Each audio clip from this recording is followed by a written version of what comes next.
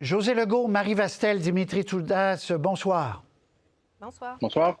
Bonsoir. Je vous ai vu hier, Dimitri, mais vous allez me permettre de souhaiter bonne année à José et Marie, que je vois pour la première fois en 2025. Alors, bonne année 2025. Bonne année. Bonne année. Merci, à vous aussi. Santé, santé. Alors, on ne sait plus très bien comment écouter, analyser ce que Trump dit. Je vais vous faire réécouter 2 extraits où il est assez clair, par contre, avec les mots employés, sur le fait que lui, il aimerait bien que la frontière disparaisse et que les Canadiens deviennent américains. The leader of the Conservative Party in Canada said, under no circumstances All will right. it ever be the 51st Then he state. maybe he won't win, but maybe he will. I don't care. You had suggested that Listen, you're I don't care what he considering- says. You're also considering military force to annex and acquire Canada. No, economic force, because Canada and the United States, that would really be something. You get rid of that artificially drawn line, and you take a look at what that looks like, and it would also be much better for national security. Because Canada and the United States, that would really be something. You get rid of that artificially drawn line, and you take a look at what that looks like, and it would also be much better for national security. Don't forget, we basically protect Canada. On vous l'a même fait entendre 2 fois plutôt qu'une pour qu'on comprenne bien. Alors, tour de table. Vos réactions, José? Ben, je sais pas, moi, je suis analyste politique, je suis pas psychiatre, donc je pense que là, on est en train de basculer dans un autre monde politique. Écoutez, sérieusement, de mémoire d'analyste, on n'a jamais vu un président désigné ou qui va être président dans quelques jours des États-Unis traiter le Canada finalement comme littéralement ouvertement comme son chien de poche et un chien de poche qui veut annexer. On a beaucoup critiqué Justin Trudeau, hein, c'est la mollesse, la faiblesse, etc. Mais très franchement, là, à moins d'aller chercher l'incroyable Hulk, ça commence à être très, très, très difficile de savoir un petit peu comment le gouvernement canadien doit approcher ça. Là, on a vu M. Trudeau s'exprimer beaucoup plus fortement aujourd'hui, Pierre Poilievre aussi. On va voir les tweets, là. Oui, le langage a monté d'un cran du côté canadien, dans le sérieux aussi, parce que c'est tellement dégoûtant. Là, on dit jamais, au grand jamais, écrit M. Trudeau, le Canada fera partie des États-Unis. Les travailleurs et les communautés des 2 pays bénéficient qu'on soit l'un pour l'autre du plus grand partenaire commercial en matière de sécurité. Puis M. Poilievre qui en a ajouté aussi. Donc, on veut, Mme Joly, bon, commentaire du président élu, démontre une incompréhension totale de ce que fait le Canada un pays fort, notre économie est forte, etc. Et M. Poilievre également, qui en a rajouté. Donc, vous avez raison, on tente de juguler ces espèces de fantasmes, là. Oui, c'est un fantasme délirant, mais derrière ça, il y a évidemment toujours les tentatives de Donald Trump de se présenter comme un leader fort, autoritaire. C'est un admirateur de Poutine. Hein? Alors bon, ça explique un petit peu ses fantasmes d'annexion, j'imagine. Mais sur le fond de la question, il y a une vraie menace qui s'en vient, là, c'est-à-dire les tarifs douaniers. Est-ce qu'il va imposer des tarifs douaniers de 10 de 15 de 25 à tout ce qui arrive du Canada ou à une partie de ce qui arrive du Canada? Tout ça est très, très, très sérieux. Mais ce que je remarque aussi rapidement, c'est le silence assez assourdissant des autres chefs de gouvernement en Occident qui regardent le premier ministre du Canada, qui regarde le Canada se faire traiter de cette manière-là par Donald Trump et qui ne disent rien. Il me semble qu'il serait peut-être temps aussi, avant qu'eux soient les prochains, hein, et là je ne parle pas du Groenland, mais avant qu'eux soient les prochains, la France par exemple, qu'ils parlent aussi. Là. Il faut que les chefs de gouvernement occidentaux se tiennent debout au lieu de se prosterner devant Donald Trump comme ils l'ont fait un peu à la cérémonie de réouverture de Notre-Dame où on avait l'impression que c'était Louis XIV qui rentrait là, dans la cathédrale. Très Donc, il y a quelque chose qui manque là, dans la communauté internationale. Le Canada ne peut pas se défendre seul. Ça, c'est clair. Ça, c'est clair. Marie, le dilemme que les politiciens canadiens avaient devant eux, c'est que s'ils répondent très sérieusement, ils donne du sérieux aux propositions de Trump. Donc, on voulait traiter ça à la boutade, mais là, c'est presque plus possible, là, Marie. Oui, on essayait en quelque sorte, faire en sorte que ce soit même pas envisageable. Ce l'est pas, de toute façon, ça marche pas comme ça, mais on essayait de minimiser la menace. Mais là, on a aussi essayé la méthode de l'apaisement avec le plan de la frontière. Quand même, on l'a oublié parce que tout se bouscule en politique fédérale depuis quelques semaines, mais il n'y a pas si longtemps que ça. On avait tout un plan pour la frontière, pour dire qu'on allait resserrer, ajouter des drones, de l'équipement de surveillance, de dépistage de fentanyl.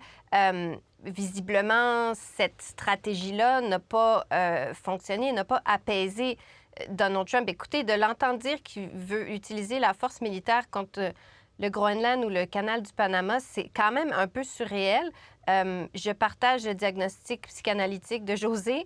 Et le problème avec Donald Trump, c'est qu'il est tellement instable qu'on ne peut pas l'interpréter d'une façon ou d'une autre. Qu'on veuille l'interpréter de façon optimiste ou même pessimiste, on ne sait pas où il va loger à la fin de sa réflexion, et je le mets entre guillemets. Et c'est ça qui rend la chose pour le gouvernement canadien et pour les partis d'opposition extrêmement compliquée. Mais ce que ça annonce, c'est que plan frontière ou pas,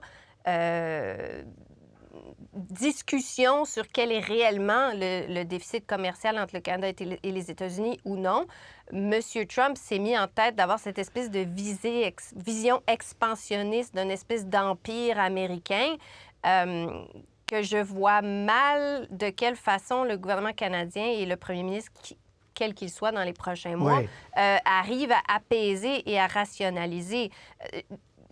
Il n'y a pas vraiment de stratégie pour composer avec quelqu'un comme ça, que ce soit un premier ministre libéral, conservateur, quel qu'il soit.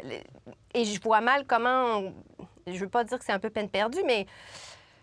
On est un peu condamné là, à subir ces menaces et croiser les doigts que ce soit le scénario le moins pire qui nous soit imposé. Oui. Et Dimitri, entre-temps, le 21 au 22, s'il applique les tarifs, ça sera une réelle crise économique au Canada. Là, on ne parle même pas de l'annexion et tout ça, mais d'abord, il y aura ça, puis on sera en pleine crise. Si le président Trump signe le décret, ça peut avoir un impact jusqu'à 1% sur le PIB du Canada et potentiellement nous faire tomber en récession. Je vais simplement noter qu'en 2026, les États-Unis vont célébrer leur 250e anniversaire. Et peut-être que M. Trump, avec sa vision expansionniste, veut élargir le territoire américain. En même temps, le gouvernement canadien, quelconque gouvernement canadien, nous avons des vrais leviers sur les États-Unis. 25% de nos exportations aux États-Unis, plus de 25%, c'est l'énergie. Soit le pétrole brut que nous envoyons aux Américains pour qu'ils le raffinent et par la suite le revendent à profit, ou bien sûr l'hydroélectricité. Le défi, puis Marie et José, vous avez raison, qu'est-ce qu'on fait? Le défi que nous avons présentement, c'est que nous n'avons pas un plan B exécutable. Ce n'est que des paroles dans l'air, des tweets pour rappeler à tout le monde, on est le Canada, le Nord, on est indépendant et ainsi de suite. Par contre, si on avait la capacité, par exemple, de raffiner notre propre pétrole, on dirait à M. Trump, parfait, vous avez un problème avec le déficit commercial, on va arrêter de vous vendre plus de 100 milliards de dollars de notre pétrole brut, on va le raffiner nous-mêmes. Même chose pour le gaz naturel, même chose pour l'hydroélectricité. Donc, la réalité, c'est qu'on est coincé parce qu'on a décidé de se faire coincer. Et le défi aussi, si je peux juste renchérir là-dessus, c'est que les provinces aussi vont-elles s'entendre pour faire front commun? Il y a un voyage là, qui se prépare à Washington des premiers ministres provinciaux, ou en tout cas de certains premiers ministres provinciaux, sous l'égide de Doug Ford, qui préside le Conseil de la Fédération cette année. C'est une bonne stratégie, mais jusqu'à présent, les provinces ne parlaient pas d'une seule voix. Il y avait celles comme l'Alberta, justement, qui vendent du pétrole et qui se disaient, bon, on est peut-être mieux d'y aller avec la méthode douce parce qu'on veut continuer d'exporter son pétrole. Et d'autres, comme Doug Ford, qui préféraient y aller avec la méthode plus dure. Et c'est ça aussi le défi, c'est est-ce que ces provinces-là vont réussir à s'entendre pour présenter un front commun, une stratégie commune face à Donald Trump? Et vous avez Et parlé M. Legault aussi qui dit qu'il ne veut pas utiliser l'hydroélectricité là, comme levier là, de négociation. Donc, en effet, les premiers ministres provinciaux sont en rang dispersé. Et l'impact, le coup de marteau, le coup de massue qui peut arriver, vous avez parlé d'1 Dimitri, moi j'ai même lu 2,8 peut-être. Et ça peut aller vite, le mal causé par des tarifs, puis on verra. OK. Alors, qui va faire face à M. Trump fin mars? Qui sera le premier ministre désigné? Non. Non? Quoi, non? C'est pas la fin mars, Patrice. La personne qui va faire face à Donald Trump, qu'il soit libéral ou conservateur, doit être quelqu'un qui va avoir passé à travers le test électoral. Présentement, le président américain a décidé de mettre son soulier, son pied sur la gorge du premier ministre actuel. Et la réalité, selon moi, est la suivante, que quiconque, puis les élections comptent, on ne sait pas qui va la gagner, n'aura aucune flexibilité ou marge de manœuvre de négocier avec les Américains sans avoir passé à travers le processus ça, c'est électoral. fin mai. Mais il y aura quand même un chef qui deviendra premier ministre. Est-ce que Dimitri... Pardon. Oui, vas-y, José. Allez-y. Oui, est-ce que Dimitri est en train de dire que Donald Trump respecte la démocratie? Je sais pas. Est-ce que c'est ça que vous êtes en train de dire? Non, que ça va l'impressionner que le prochain premier ministre est passé à travers une élection? Ce que je suis en train de dire, c'est qu'il ne respecte pas la démocratie et donc il est en train de tirer profit du fait que notre gouvernement présentement ne gouverne pas. OK. Je vous montre des photos. Candidats potentiels, les 3 poids lourds, disons ça pour l'instant. Mais bien malin, celui qui pourrait prévoir la fin de tout ça. Freeland, Carney, Leblanc. Je vous laisse la parole. Je commence avec vous, Marie. Non, avant, on va entendre M. Champagne, parce que c'est le seul qui a parlé, là, vraiment. M. Champagne, qui dit qu'il est effectivement intéressé par la course fédérale. On va l'écouter. Est-ce que vous êtes intéressé par cette course à Ottawa? Définitivement. Est-ce que vous allez y aller? Et c'est une période là, où on doit considérer, vous savez, on est à peine à quelques heures de la déclaration qui a été faite. Vous savez, hier, c'était une journée très émotive pour tout le monde. On va voir les règles, mais c'est sûr que moi, je regarde toutes les options. Tout est sur la table présentement. Tout est sur la table. Donc, il est intéressé, mais il attend, il est prudent. François-Philippe Champagne, d'ailleurs, beaucoup de gens prudents parce qu'on attend de voir les règles. Ben oui. Un petit mot sur Champagne. Qu'en pensez-vous? Marie, je commence avec vous. Bien, je pense que c'est sage d'attendre les règles de la course parce que le contexte est extrêmement compliqué pour quiconque voudra se lancer. La course va être courte, très courte.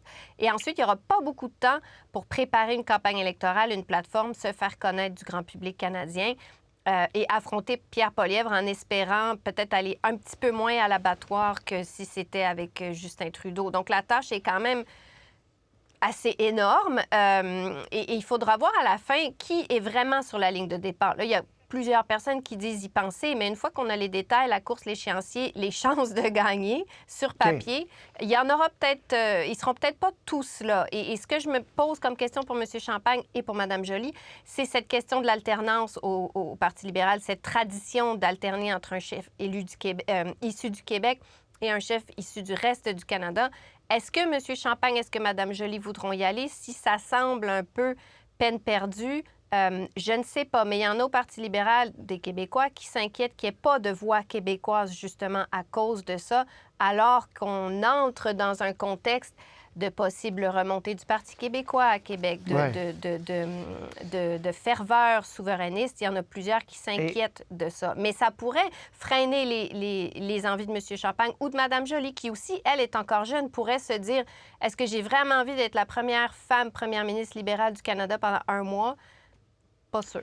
Bon, je reviens... Parce qu'après, elle perdrait, je veux dire, pas parce que... Oui, je comprends. Je reviens, M. Champagne, une seconde. Je vais vous faire entendre, avant de laisser la parole, José et Dimitri, sur les autres candidats, à la question. Alors, le PLQ, M. Champagne, vous aviez dit non.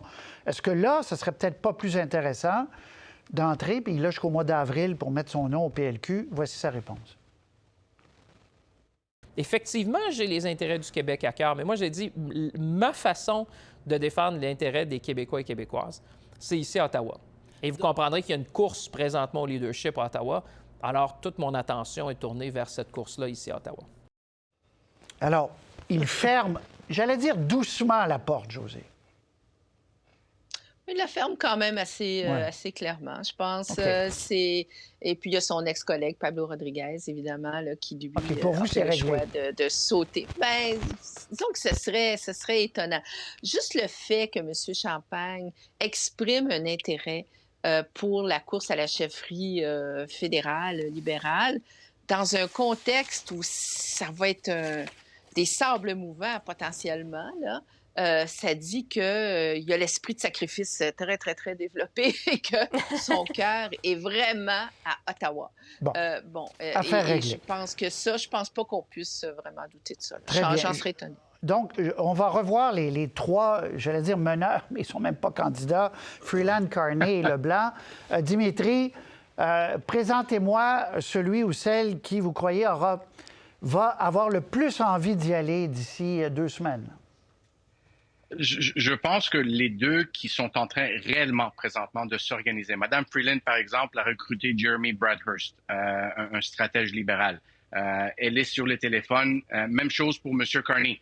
Mon grand point d'interrogation, c'est autour de Dominique Leblanc. Et franchement, je pense qu'il serait le meilleur candidat pour affronter Pierre Poilievre. Il n'habite pas une tour d'ivoire. C'est quelqu'un qui est proche du terrain, quelqu'un qui est capable de sympathiser avec monsieur, madame, tout le monde. Et c'est là où on accuse le Parti libéral d'avoir perdu le contact avec le vrai monde. Sur madame Joly et monsieur Champagne, je pense qu'il faut penser aussi de façon lucide et stratégique. J'aurais 2 objectifs si j'étais soit madame Joly ou monsieur Champagne. Le premier, c'est de me présenter afin de commencer réellement à me construire et me bâtir une organisation sur le terrain à travers le Canada. Mon deuxième objectif serait de perdre la course à la chefferie, de ne pas la gagner. Parce que soyons clairs, si les sondages ne changent pas, le prochain chef libéral s'en va directement à l'abattoir pour l'élection générale. Et que font les libéraux d'habitude? Ils envoient leur chef perdant à l'abattoir. Ouais. Donc, pour Mélanie Joly et François-Philippe Champagne, c'est la deuxième fois. Comme Jean Chrétien et comme Brian Mulroney, par exemple. Et comme Marie disait, ils sont du Québec. C'est pas quand même un détail dans l'équation, là. Marie, sur Freeland, Carney, Leblanc, où vous en êtes dans votre réflexion? C'est très, très, très tôt et je veux pas qu'on me rejoue cet extrait en boucle dans 2 mois si je me trompe. Va le faire, mais on note. Moi, la date. Moi, ce que je sens, en tout cas de façon très, très, très préliminaire, c'est que une course aussi courte pourrait peut-être favoriser un candidat du consensus. Comme M. Leblanc, ou peut-être une candidate comme Karina Gould, que peu ont vu venir, mais dont le nom circule de plus en plus comme quelqu'un de la nouvelle génération qui n'a pas froissé grand monde depuis qu'elle est ministre depuis 2015. Donc, Mme Freeland, à votre avis, aurait fait tout ça, puis dirait... Le problème avec Mme Freeland et M. Carney, c'est qu'ils sont quand même assez polarisants. M. Carney, il y en a plusieurs au Parti libéral qui trouvent qu'il s'est laissé désirer pas mal longtemps, qu'il a refusé de sauter dans la tranchée quand c'était difficile, puis qu'il attend un peu le poste sur un plateau d'argent. Ça pourrait lui nuire. Mme Freeland, il y en a qui lui en veulent pour cette sortie contre Justin Trudeau. Pas qu'ils n'étaient pas d'accord, mais la façon que ça a été fait, que c'était peut-être un peu stratégique une fois qu'elle voyait qu'elle allait perdre son poste, de se prépositionner pour en être là où elle en est aujourd'hui. Et Mme Freeland, quelqu'un faisait remarquer aujourd'hui, dans un récent sondage Angus Reid, c'est vrai qu'elle fait bouger un petit peu l'aiguille électorale, mais elle est aussi très polarisante. Il y en a qui auraient plus de chances de voter libéral sous son règne à elle, mais il y en a beaucoup plus qui auraient moins de chances de voter libéral si elle était chef. Donc, c'est pas... Je trouve que pour Carney et Freeland, il y a quand même des petits drapeaux rouges qui sont brandis, mais... Mme Campbell aussi avait eu un bon sondage après son élection. Puis on connaît la suite, mais... C'est le rebond du champ mort. C'est toujours là, comme ça. Il y a toujours un effet de nouveauté. Mais... Exactement, qui peut ne pas perdurer. José, Marie, vous êtes d'accord? Il faut que ça aille vite, là. Il faut que ça aille vite. Ils ont quoi? 40 jours, José, pour régler tout ça, là. Oui, comme la traversée du désert, hein, je pense que c'était 40 jours. Oui, c'est sûr. Oui, exact. Mais moi, je partage l'analyse de mes deux collègues. Je suis d'accord avec Dimitri sur Dominique Leblanc. Je pense que c'est un naturel pour cette responsabilité-là. Dans la tempête, capitaine dans la tempête, en attendant, puis pourquoi pas? Un chef sacrificiel, mais aussi occupationnel. Hein? Donc, quelqu'un qui va quand même essayer de sauver quelques meubles et qui va être capable minimalement, j'insiste sur le minimalement, de transiger avec l'administration Trump le temps qu'il serait là. Pour ce qui est de Freeland et de Carney, je suis tout à fait d'accord avec Marie. Je pense que Mme Freeland a eu le poignard et l'a enfoncé très, très, très, très durement dans le dos du premier ministre. Ça laisse des marques. Et pour ce qui est de M. Carney, ben c'est ça, écoutez... Adieu. Je viens pas. Oui. Mais M. Leblanc est très, très proche de M. Trudeau, par exemple. En 21 minutes. Oui, bon point, Marie. Mais M. Leblanc est très proche de M. Trudeau, par exemple. Il y a peut-être ça qui pourrait lui convenir. Et hier, rien n'est en parfait, passant de ça... OK. Et hier, on a vu... C'est terminé, José, Marie, Dimitri. Adieu. À bientôt.